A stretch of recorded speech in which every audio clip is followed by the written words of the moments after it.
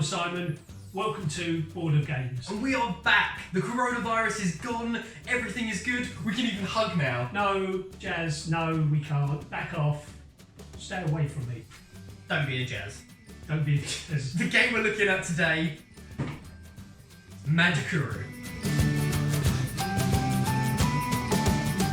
Congratulations. You've been elected Mayor of Machi Koro. Your job is to build this city and make it the best around.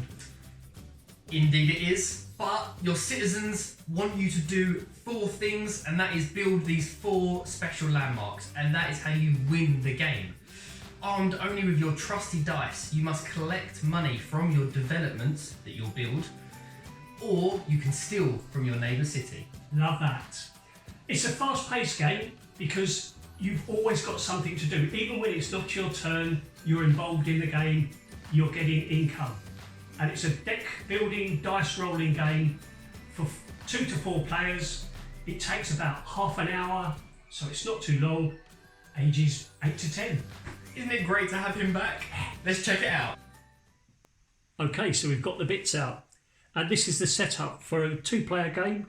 And you start with 2 establishments and your 4 landmarks which are under construction.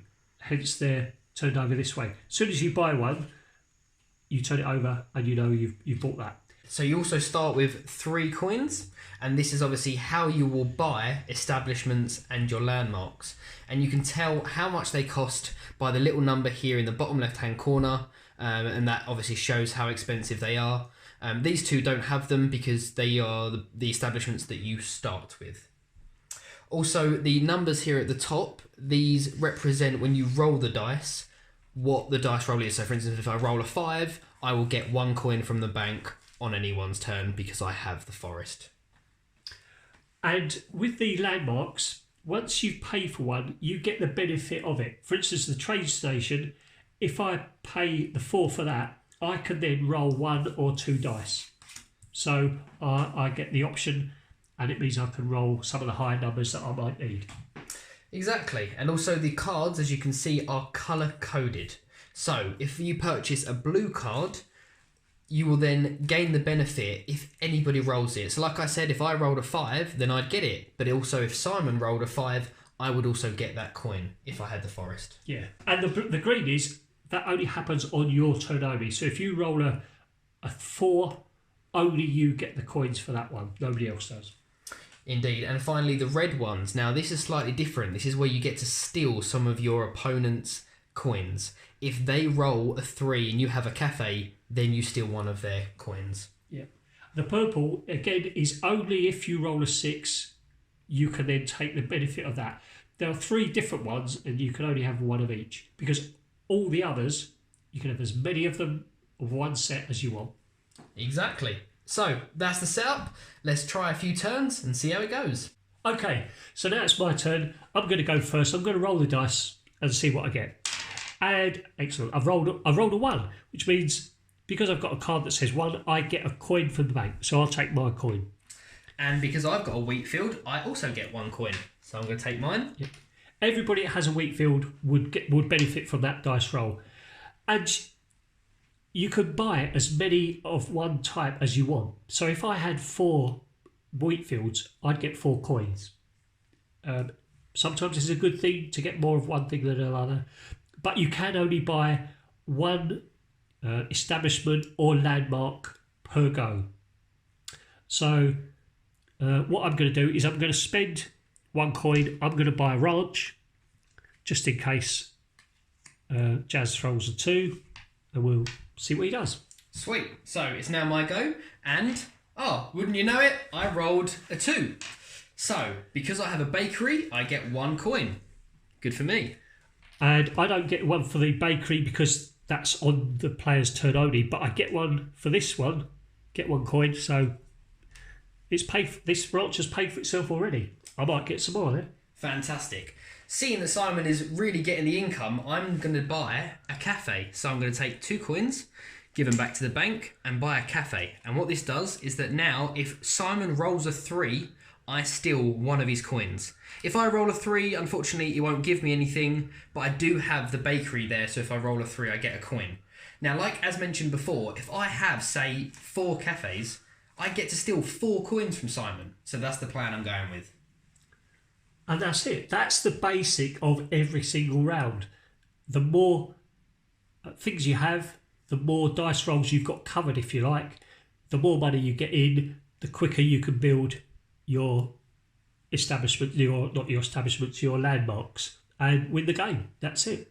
And when it comes to the higher value cards, if somebody has turned over their train station and are now rolling 2 cards, you can think, well, I might buy the mine in case he rolls a 9, then I'll get 5 coins from the bank if he rolls a 9. If he rolls a 10 and I've got that card, I get 3 coins from the bank. So even though I'm not rolling 2 dice, I can benefit from somebody else doing it. So that might be an option as well. And maybe you just love cheese and want to buy a cheese factory. Why not?